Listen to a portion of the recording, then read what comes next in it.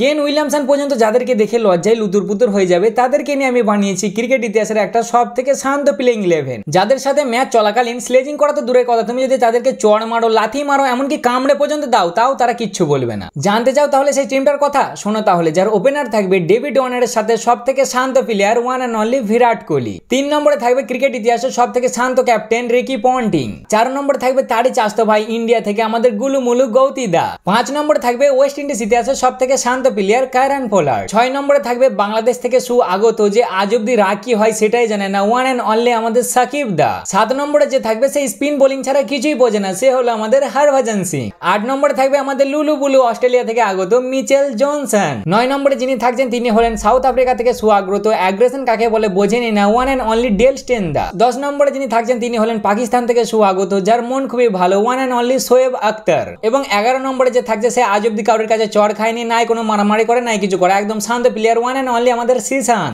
এত সুন্দর টিম যখন বানিয়েছে একটা শান্ত কোচ তো লাগবে। কোচ থাকবে আমাদের রবি শাস্ত্রী, আর ইম্প্যাক্ট প্লেয়ার হিসেবে থাকবে আমাদের এই যুগের সব থেকে শান্ত দুটো প্লেয়ার মোহাম্মদ সিরাজ এবং দিগ্বেশ রাঠি। টিমটা কেমন হয়েছে কমেন্টে অবশ্যই জানাবে।